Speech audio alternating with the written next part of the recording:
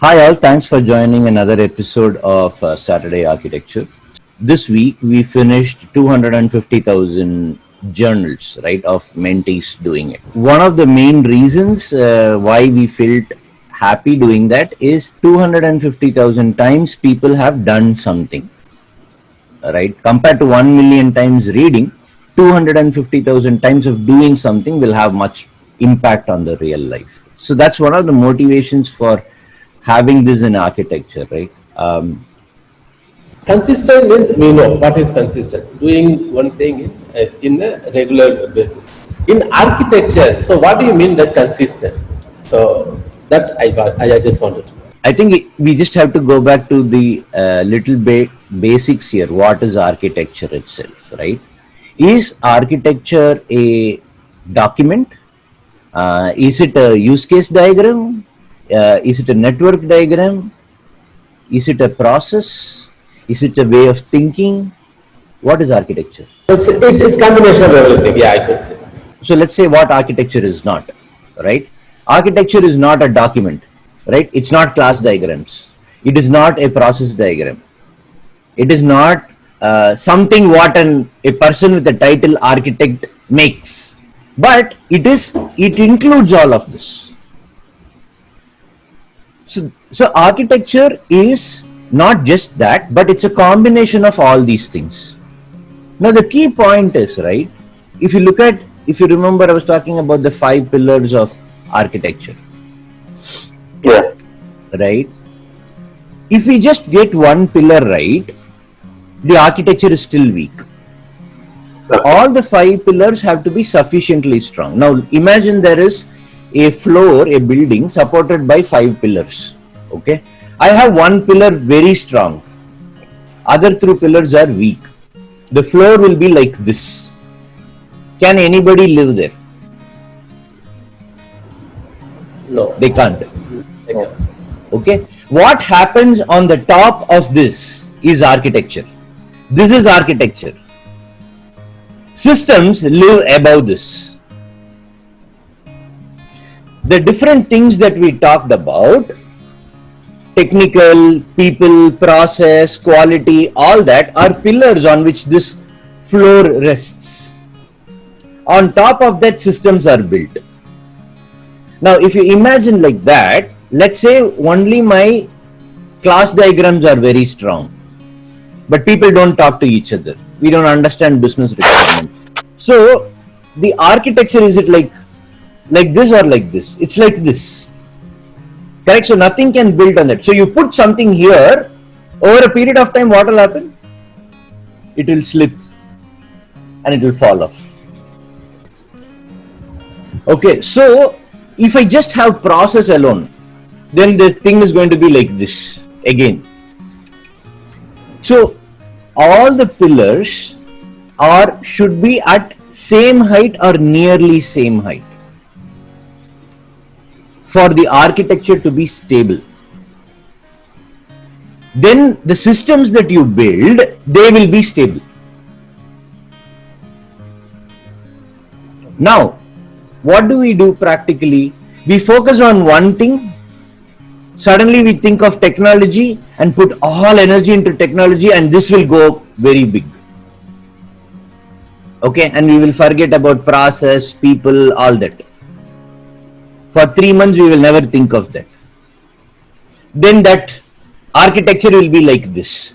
So whatever you develop will develop bugs, technical debt, keep on slipping. You're doing, but then progress is not happening. Then you say, oh, you know what? I missed the processes. This month is a, what do you call it?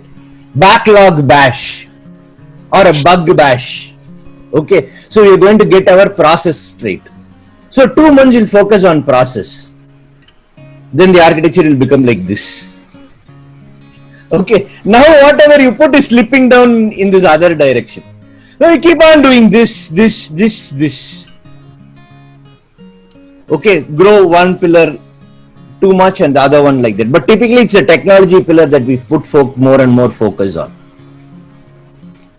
So, ability to put effort in all the different aspects of architecture, the people part, the process part, the technology part, the business part, the users acceptance part, the developers learning part, all that constitutes into architecture. Now, our ability to concentrate on each of these things consistently, then only they will all grow equally, right? Let's say you have 10 flower pots and you pour water into only one will grow. You have to pour water equally in all for all of them. See, they need not be perfect, but at least they should be like comparable. They can't be like this. They can be like this. It's okay. Can manage. So consistency, that's how the different components in architecture and consistency in architecture. Does that make sense? So, Kumar, I have a question. Yeah. I have a question on, so what you explained, conceptually, I understand that Okay. all the pillars have to be at the equal height, right? Just to use the metaphor. Yeah. But the difficult part for people implementing that consistency is when the judgment of that height, right? It is that in a different way you are saying the maturity of that pillar, Correct. right? That how do people actually judge whether is it equal to that? Because you see, in a physical world you can really visually see that this is mature enough or this is at the same height. You can make that comparison. Correct. But it is difficult for a conceptual maturity measurement for people to understand, are we there, is it equal to that, or what is missing? How do you find? I'm sure there are techniques to find those things out, but this is a question to you, that how do you figure out that which side is bending or which side we need to push up? So, Nishant, do you have an idea? This is something favorite to your org that you're working. How do you know that it is like this and architecture is slipping? Yeah, as Deepak said, probably from a design point of view, we might have tools to identify whether there is an architectural drift happen from the initial architecture that we envision. Some tools based on the source code or the dynamic tracing something. But if we really look at these 5 pillars, like the process, the people, that would be, I think, anyway would be a difficult task. Or we may have an auditing process for all these layers, assign this to the relevant people in that layer. See, for a pure architect can't directly get into all those things and do an analysis or an auditing to find out whether all pillars are in the same maturity. Correct. Okay. So it's hard. Interestingly, one of the key indicators, right? Again, technical debt. Right? More the technical debt, you know there is a problem. Correct. Because one of these pillars is weak. That's why technical debt. Now, Deepak is going to ask me, what is technical debt? How to debt? Now we are going to go into a recursive loop. How do you measure technical debt? Okay. So it's like Dalai Lama's favorite question, right? Like he says, everybody wants to be happy. Okay. But I can't answer the question when people ask how to be happy. Purpose of life is to be happy. But how to be happy is a hard question. I can't answer it. Okay. So it's very valid, right? So, but in the technology world, if I have to get the metaphor in, technical debt is one thing, okay? But let me suggest something, and all of you can say whether it makes sense or not. We need something very simple, right? We don't want to make this too complex so people can't get it. Now, as architects, the first and foremost thing, right? We feel something. Feeling is easy. We feeling what we are, okay? Now, I'll let me just do a quick question with all of you. Are there times when you work on a project or work with a team, you feel that you're putting effort? Actually, I should have been at, let's say, in a scale of 100, you kind of start off on month 1 and then say, I will be at I'll be at 70 by the end of 6 months. Okay. And when you read the 6th month, it's a gut feel. You know that you should be at 60, but you're really frustrated that you're at only 20.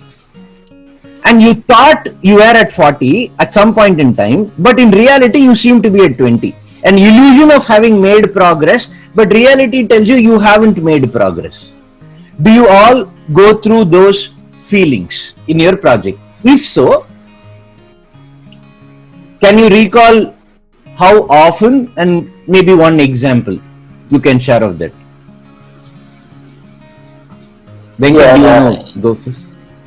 Or Nishant? Yeah, Nishant, go ahead. And Kumaran, my point is not about this thing. What I was thinking is like, even as Deepak said, in a building architecture or something, we have a direct visibility on are we really deviating from the initial architecture. But in software, Right. how practical it could be might be a big question, like, or how Yeah. I mean, what should So be? for that only, I was just asking this question. Hmm. You have a vision for your team or the product. In telling, like, in 6 months, 8 months, I'm going to be here. But after 3 months, you were thinking you were making progress, but after third month, you get a feeling, right? I'm talking about a feeling that you haven't made progress, and a little bit of despair and frustration sets in.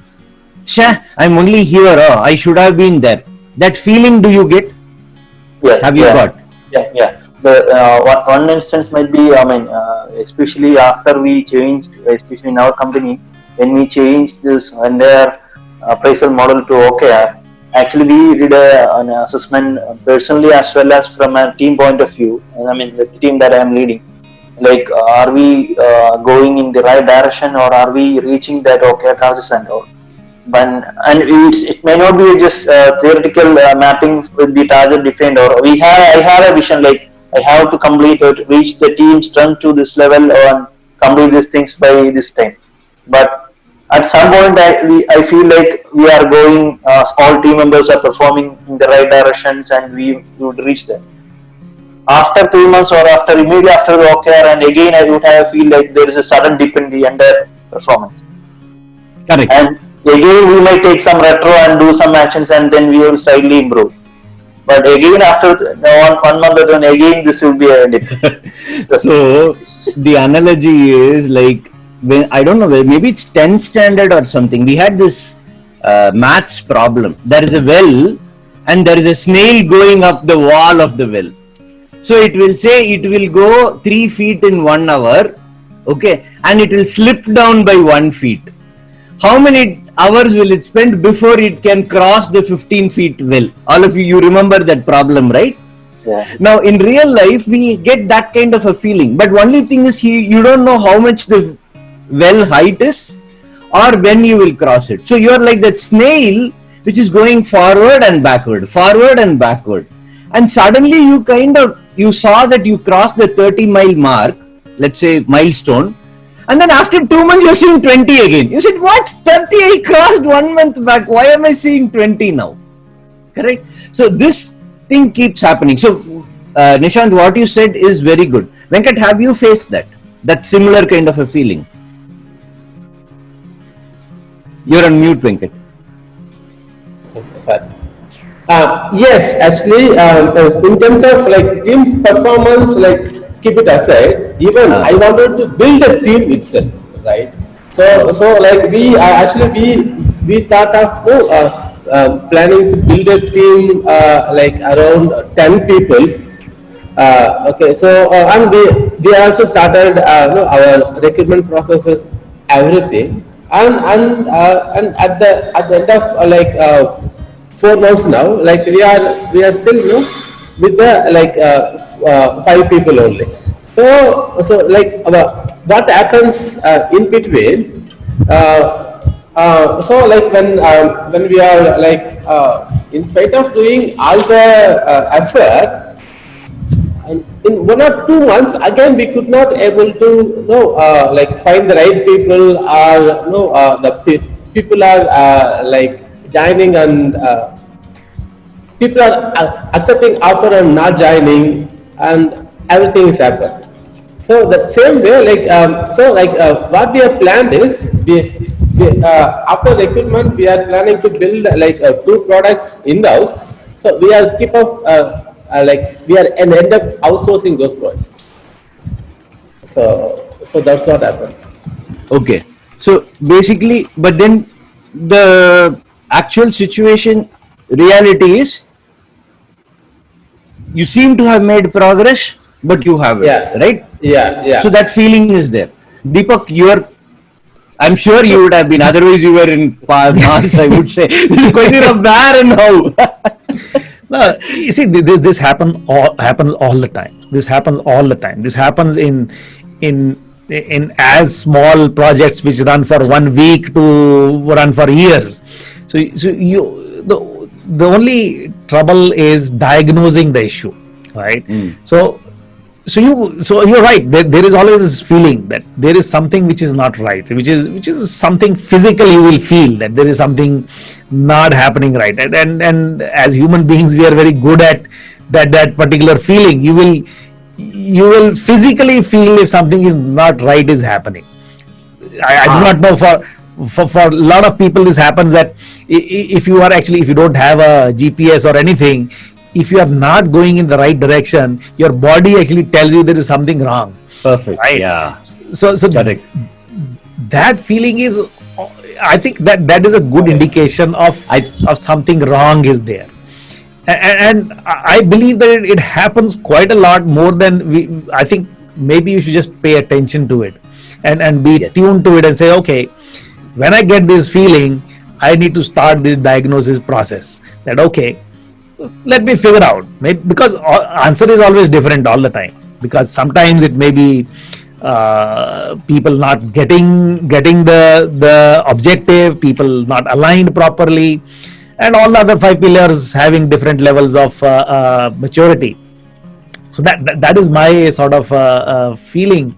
It happens all the time in all projects. Even Actually, the successful projects. Yeah, you still get that feeling. Yes, in a successful project, you'll get this feeling. Oh, I could have done this better, right? Or this is again back to Venkat's point on perfection, right? You will that perfection tiny demon is going to come and attack you and say, oh, you this thing is not really as good as it could have been, right? So although it is successful, but you sort of, instead of being happy about it, you figure out a way to be unhappy about it. So that I think that the tiny demon is a good indicator, but I would like to listen to you as to how you want to listen to the tiny demon or not listen to it, or what are the ways to handle it. It's kind of nice you're using the tiny demon metaphor. As you said, I think I would say that where do you start? Okay, so the answer to where do you start is with your own feelings. For that, you don't need big tools, kuch Excel, spreadsheet, psychometric analysis, nothing is needed. You know, right? You will know that you are not making progress. Now, and when it is very clear, you can't put your finger on one single point, telling, if I fix this issue, everything will be all right. And you can't tell that. You have this feeling, but you're not able to put your finger on one issue. Then you can be fairly confident that an architecture failure is happening there. Venkat, does that make sense? When you can't point out one single issue. So in your recruitment issue, for example, right? Is it the skill of the people? Is it the training? Is it the cost, the money that org can afford? Is it the HR process? You don't know. It's all little bit of everything, correct? You're on mute, Venkat. Yeah, as you said, so why our recruitment is not happening, I cannot pinpoint and say one thing. So because of this, it is not happening. Correct. So in spite of... It's a mixture of all. Everything has got a little component. Mixture of all, and if you say overall, everyone is putting effort, but in spite of that, it is not happening. We don't know what is going wrong. So everyone is putting effort. But if you look at it deeply, you will spot that no one is putting consistent effort. Okay, yeah. Could be. Okay, it is something like, that monkey and that cat eating bread thing, right? It will want to balance it, so it will take one bite till it eats off the entire bread or bun. So like this, what will happen is, one person will focus on it for some time, it will be like this. Then, you know what, I've told HR, okay, fine, Fadak, HR will go like this. HR will be doing everything. The engineering team will be quiet. Okay, then the HR will say, I need management support. Then management will be doing something like this. HR and engineering are not there in the picture. Then management goes off, HR goes. So it kind of keeps on going like this. So that is another thing, that when you find that thing, is there consistent effort across the different components? Now I think we all agree the first step to start is that feeling, right? I'm putting efforts, but it's not happening. Then it's a clear architecture failure, right? Bugs are keeping coming, features are not going out, okay? In other words, technical debt is increasing, okay? So that's one. In technical terms, technical debt increasing is a clear thing. I would say that would be the kind of second step, right? Making it even more clear. Look out for technical debt. I'll also see, even the interesting thing is this problem happens with me also. So we've kind of said, we will not let too many issues go into the GitHub, which I'm not working on. And the reason is, if I have too many issues in the backlog, that means that either I have to close it or deal with it. If I'm just adding it to the backlog, I have an illusion that I am adding the requirements. But if it's not going out of the door, if the issues are not moving, that means I'm still stuck there. And the other problem, if you look at it in myself, what I'm facing is the business or the HypoHub framework is moving at a very rapid pace. Because every time we interact with mentees, every batch, see, roughly we finish around at least one batch every quarter. Okay, at a minimum 4 batches will finish every quarter, sometimes even more. At the end of every batch, there is a lot of learning that goes in, and then the HypoHub framework itself becomes one more version. Venkat, you would have seen, right? From the time you had kind of took at it some 2.5 years ago, and now it will be like completely different, right? It's completely different, yes. So previously, every day we need to create our every day before starting our work. You said then we need to plan for the day and then complete it. No, that was the version 1 you have suggested to us. Correct. But in that version, no, it is completely different. No? You are coming with a new plan, OKR and everything.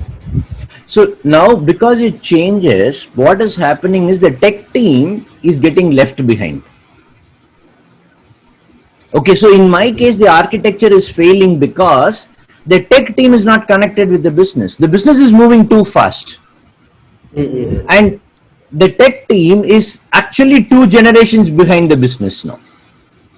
So I'm having the same problem. And what do? I'll say, okay guys, you don't know what HypoHub is, we have revised it. Okay, so we will do one 2-hour session where I will give you orientation. Okay, so I'll bring them all in, put one 2-hour meeting, talk to them, explain to them, and then I will say, okay, all of you now keep looking at the site, now don't lose focus. 6 months or even 4 months down the line, I will tell them, okay, can you implement the X feature or the X quality of the framework into the screen that we have done? Guess what the response of the developer or the tech team is? Can anyone guess? What is X? Huh? Hey, I told you to look at the site and update it, no? Oh, sorry, Kumaran, I was very busy fixing issues and doing code. Now, is there anything wrong with their answer? No. No, yes. No. So, what they are telling, what is that? In the HypoHub world, we call it the performance undersupply. So, there is a undersupply of performance. But the biggest problem is, there is no problem. There is just a performance undersupply. Because they're working and fixing bugs is not a problem. They're doing the correct thing only. They're not doing anything wrong. But there is a performance undersupply. So they're not doing it enough, you're saying. They're not doing it enough. They're not doing it enough. Correct. So in this case, what did I miss? I'm doing this thing, like I tell them in, get them 2 months. But So- that doesn't help. Because the business is moving forward, right?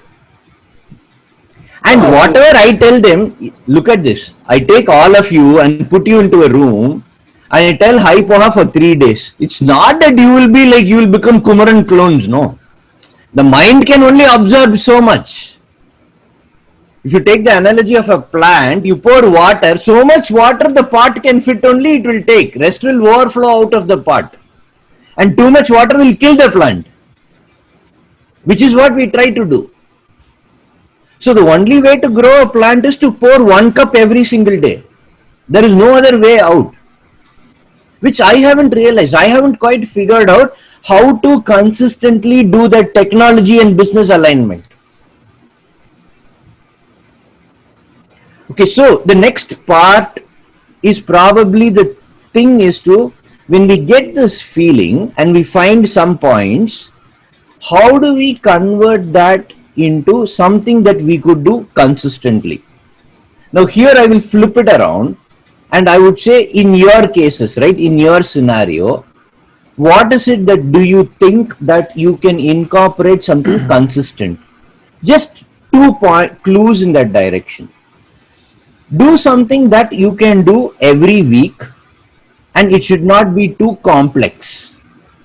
If it's too complex, you or your team won't do it. So what is it that they can do it without the tiny demon coming in and kind of questioning, oh, can you do it? What is the point of doing this? As if you will go somewhere. All this dialogue it will come and do. So you have to keep it short and simple such that everybody can come and do. So in your context, what do you think that you can do this? Maybe Nishant, for the OKR example, you can say, and Venkat for your, you can take recruitment as an example itself, and Deepak, whatever your thought. So Nishant, do you want to go first?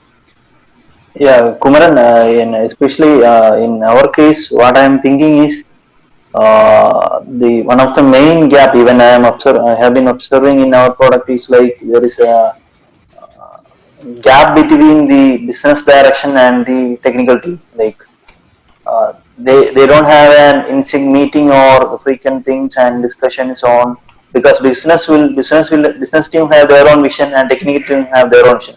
And technical team normally their vision would be how to clear the existing technical debt. Okay. And they are not all worrying about because in their view actually that is correct, because their current main worry is to clear the existing technical debt. Then only they can even think about a discussion with the business team to achieve the future goal. Okay. Yeah. So and so the prerequisite is like assume there is no technical debt and we are going to start a new product and Just a tip there, Nishant. There will never be a day. See, this is where the tiny demon again comes in place. We will never reach a stage where there will be no technical debt. So that I understood. Yeah. So the thing is, this business team and this technical team, I think usually what happens is like once business team give an idea about these all things that we need to do, and then it's then you pass the ball to the technical team and they have to take that control and they have to further do the architect implement things. Further reviews, even for the architecture reviews or for the further in progress reviews on each things, when we are our normal thought process is like this business person don't have any or doesn't have any idea on the technical terms. We would take an assumption and we always have a hesitation to discuss that aspect with the business team. I think that creating a bigger gap between these two teams.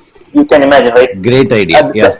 That is the main problem. That is the main thing or main issue that I'm seeing in this world, like especially in the software world. I'm not sure whether it's a problem with our company or it's a problem with our company. No, actually, that's a beautiful idea. What you just said is one of the things of building in that. So basically, what you're telling is to reduce the gap between business and technology. If I can involve the business also in reviews, because anyway, the reviews, architecture reviews or application reviews keep happening often.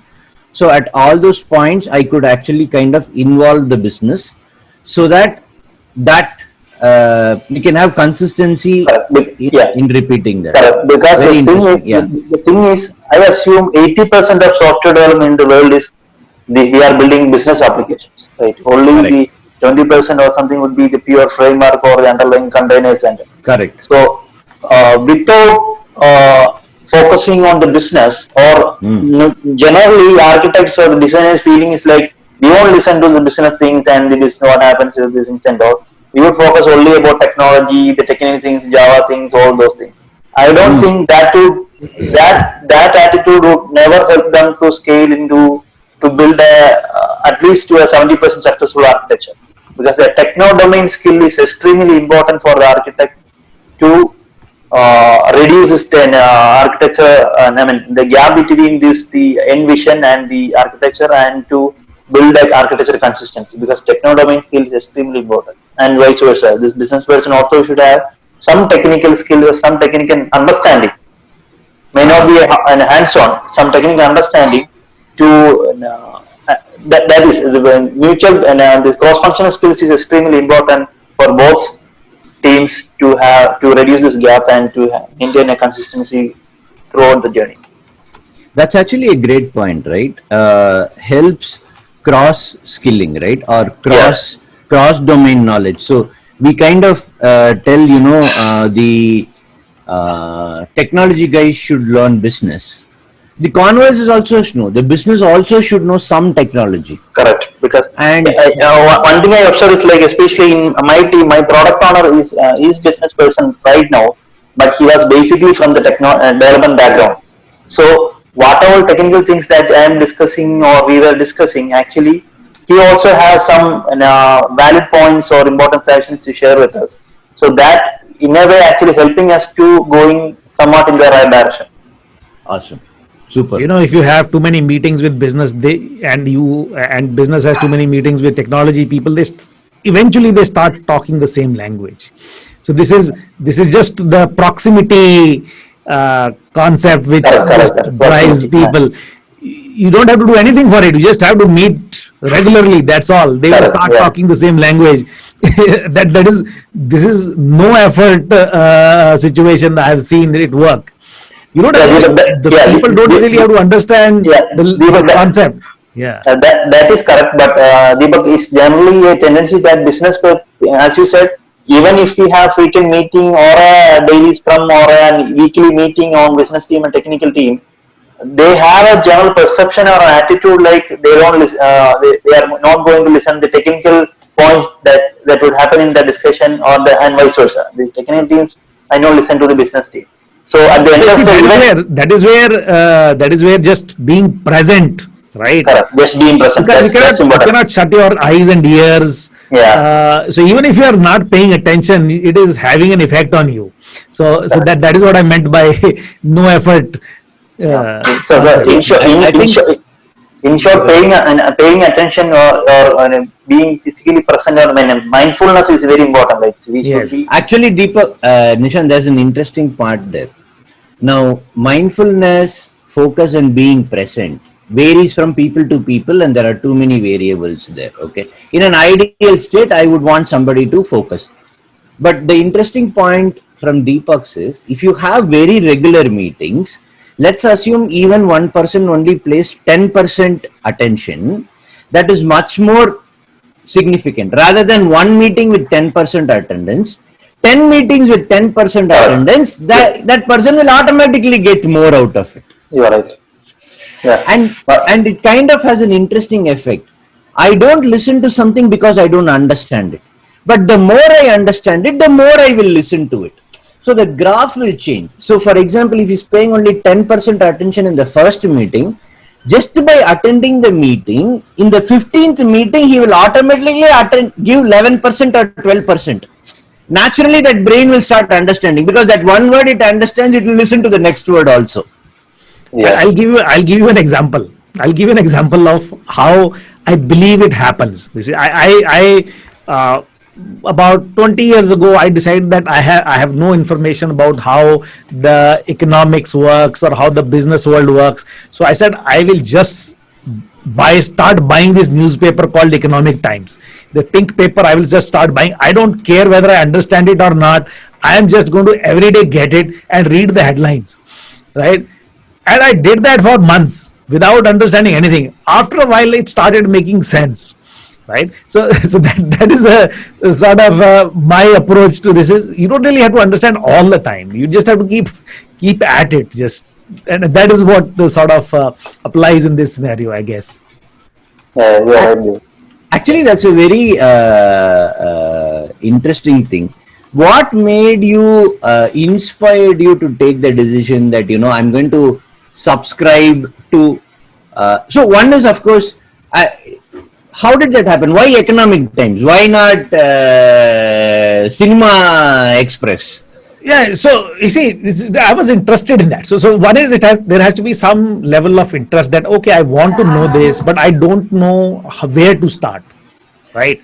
So I'm just generally interested. Is okay, this is something which I don't know anything about, and where do I start? Should I go and attend some course, or should I do something basic, or where do I start? So I decided that for me it was not important for me to have technical knowledge or be proficient at doing some XYZ thing. I just want to have general perception, understanding of what this thing is all about, why these pink papers sell in the first place. So for me, it was a sort of a discovery motive that Okay. I really don't know anything about it. I want to know. So that desire was there. So interestingly, if I have to give a little more refine it, I would say you were committed to learning about it.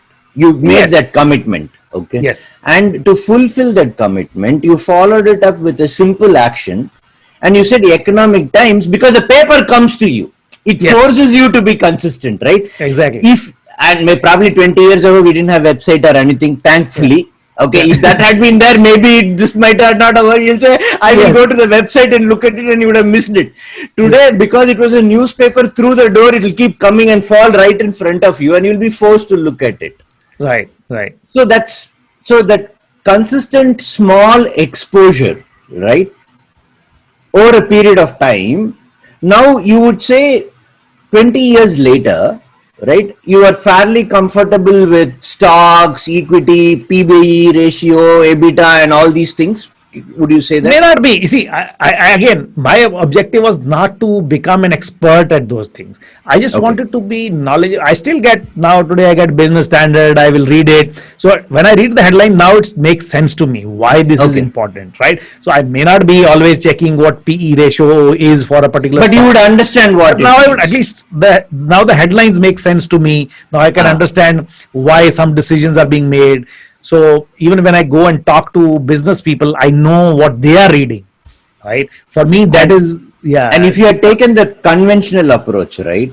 The conventional approach is I want to learn about economics. I'm going to join a course, right? Or I will buy one books, fundamentals of corporate economics or share trading. I will go buy that book. With great energy, you'll go buy that book and come. It is like me doing the 2-hour meeting. One day I went, I talked to friends, bought the best book. And I look at that book, I'll get scared. I don't want to go near it. And then I will say, when my mind is very clear, when I'm fresh, I will sit and read one chapter. 10 days like that and I'm done with that book. And that, thankfully, you didn't get into that no-going journey, right? Yes, You get into yes. that grand bus which will never leave the railway station or the bus station. Yeah. So the other thing which I found is I like couple of months back I started say, okay, I have not done any programming for 25 years. So let me see where I stand. I will start learning Python. Right. I said, okay, I just said I will just do it. I will pick some random YouTube fellow and I will just follow him because he has only 10-minute videos. I will just follow through. And it worked beautifully. Now I have a full-fledged web application developed for me running on my laptop, right? Because I said, okay, and the other thing which I found was you have to find a use for that. Little bit you have to use that knowledge. Because just absorbing that knowledge is more or less useless, right? That is an important point. Yeah. Yeah, so if you just are acquiring knowledge without using it, it will not stay with you for longer. So what I said, okay, I will make this application just for fun, and because I had this thing running in Excel, now I am going to convert it into Python. So that was my project. So and every day I will say little one line of code I will write and say, okay, this is working for me. So then slowly I said, okay, let me add some database to it. I said, let me add MongoDB to it. So then I said, okay, where is MongoDB? So it's like inch by inch I am progressing towards learning something which is useful. So now I understand. So if you ask me, can you explain the architecture of MongoDB? I have no answer, but I can make it work for my program. That's all I can do. Right? Brilliant. So that is about my approach. It's kind of very interesting. There is something called Kirkpatrick model of learning or training. Okay. So in that, level 4 of learning is when you get results of applying something. So in learning, there are different levels of learning. Acquiring knowledge is one level, right? But the highest standard of learning is when you're able to apply it. So actually you hit on that when you're doing that. And when it happens consistently, right, it kind of gives you the energy to go back and do something more also. So it's kind of interesting. But also I think you told a very important point. You said I will do 10 minutes. You didn't say I'll do this, I will join this Python course and then I will finish it. Right? Probably even if you had started with 1 hour, it would not have gone anywhere. That 10 minutes was a key thing that probably worked for you. So I would kind of say that to kind of put things together, right? One is commit to something, right? Now I think as architects, you're already committed to architecture. So that's a given. Okay. So the second thing is something which can happen consistently, which will be like a push, like a newspaper coming through the door. So probably for architects, it could be something like, I see a lot of bugs there. I keep people coming up and telling they make the same mistake again. And so basically it's something like if I hear the same problem twice or thrice, then that's a good point to start that. And the last one would be like, keep it something small, like 5 minutes, 10 minutes kind of a thing. So Venkat, what do you think for your challenge? What is the thing that you could possibly do? Okay, so for a recruitment challenge, Yeah. see, in spite of that small team, so we started recruitment for various positions at once actually. For a full stack developer, like Android developer, iOS developer, and Angular developer, we are started, gone full fledged. Then we end up nowhere. So, so what we did is we dropped and we picked one position. Okay, take only iOS developer, complete this position, and then start Angular developer, complete this position. No, this is how at least we could be able to complete 3 positions. So going forward, how can you make it more consistent? What are your ideas on how can you make it consistent? So for a consistency, yes. So I will apply this this method. So I will take only one one position at a time, a simple problem at a time to solve. Then we will keep on move to the next problem. Instead of so that you're reducing the challenge, but yeah. Consistency means something that's done regularly. So what is it that you could possibly do regularly? So in your case, I don't know, maybe it is daily, twice a week, every Tuesday and Friday, every day, once a week, whatever, right? What is it that you can do for this? So see, for a recruitment, I could think of consistency, because it is not we will do for every month we have to recruitment, right? So for some other use case, I could think of for as you said, for OKR, I should put up in the calendar. At particular day, I have to complete with the all the OKR meetings. So one of the things probably is also that, for example, right, within your HR and other team, okay, So you can have a consistent every, let's say every 2 days. Okay. You could probably create a channel telling recruitment, right? And you can ask each people what they have done in the past 2 days. Let them just journal it. If they didn't do anything, let them say, I didn't do it. So mark all the stakeholders and then say, what is it that you have done in the past 2 days for this?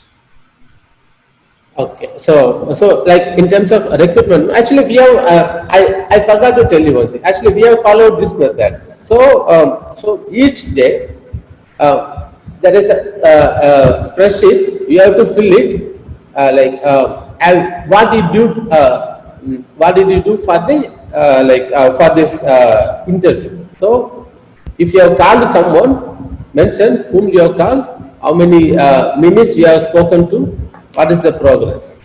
So like we have made ourselves, as you said, we are journal we are started making the progress in the Excel sheet. So whenever somebody wanted to know what is the progress, they'll go and see. Okay, so does that happen every day? Yes, by all every the day. people involved? Yes. Whoever see, not all the people. If you say for a junior HR, he had to call and fix the interview with the candidates. So he will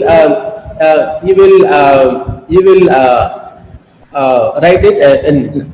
Okay, so the difference there, Venkat, is if there are 3 people involved, each one has something to do. Yes. So Okay, so we- what is it Okay. that each person can do daily is what you might have to figure out then. Yeah. So here in that same column, there is a name, and that each column will have a separate people. So, they have to for fill it. example, right, what will the technical team do on that day?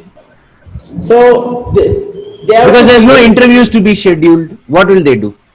Okay, if there is no interview, then they can't do anything. So but then they should be Okay. doing something. That's the point. Okay. Because otherwise they forget about it. Now only the HR pillar is going up, no, on that day. Okay. Okay, so for example, they can say, I can make a better question. Or they can actually say, what do you need? You need iOS skills, right? Yes. Okay. So the technical developer will learn one concept about iOS or interview an iOS guy. So either way that, okay, iOS requirement need is becoming better. Oh. Now you go for 30 days without interview, but this guy has learned iOS for 30 days, right? The developer. Which means maybe at the end of 60 days, you won't have a need for iOS developer. This guy would have learned it by himself. Deepak gave a very good example. Yeah. He's not into programming. Now he's telling, he's carrying me with MongoDB, and I've heard of MongoDB, but I've never seen it in action. So he talks, and even Python for that matter. I haven't written a Python code. So technically, between him and me, I think he's much ahead of me in terms of technology. Even though I have been a programmer for a larger part of life. So in that case, if the iOS recruitment is not happening, if that developer on that day will spend 10 minutes towards learning iOS. Now this activity started some 8 months ago, right? Yeah, 4 months ago. Yes. 4 months ago. So if a developer had spent 10 minutes for 4 months, will you still have a need for iOS developer? I don't think so. You wouldn't have had that need itself. So architecture, so that way consistency solves the problem itself. That's beautiful architecture. I think that gets us Yeah, to a good. So It's kind of interesting, right? We are consistent and so we're focusing on. So in that case, instead of recruitment, you also focus on the pillar of learning. So architecture is everything, right? Yeah. iOS problem needs to be solved in the company. That's the overall solution. Okay. Now, if you just say recruiting one guy is just one thing, then you get stuck. But if building the capability of the company is the thing, then in 4 months you might have solved it already if there was consistency in architecture. Yeah, true. That's true. That's an interesting point to.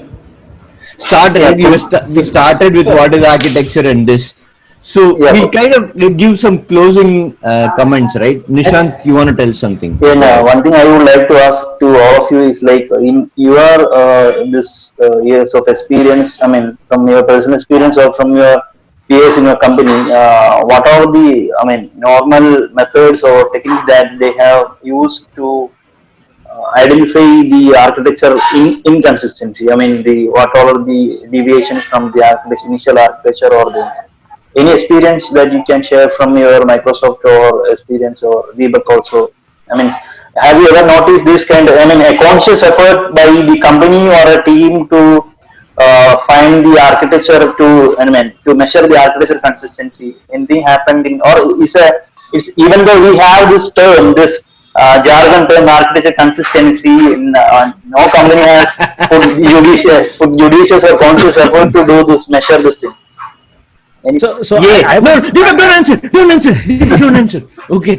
No, we are at 9. Okay, and I'm so happy because I got the topic for the next fortnight later. okay.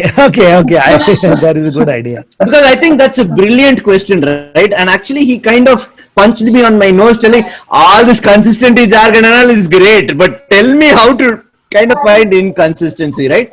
Beautiful question, Nishant.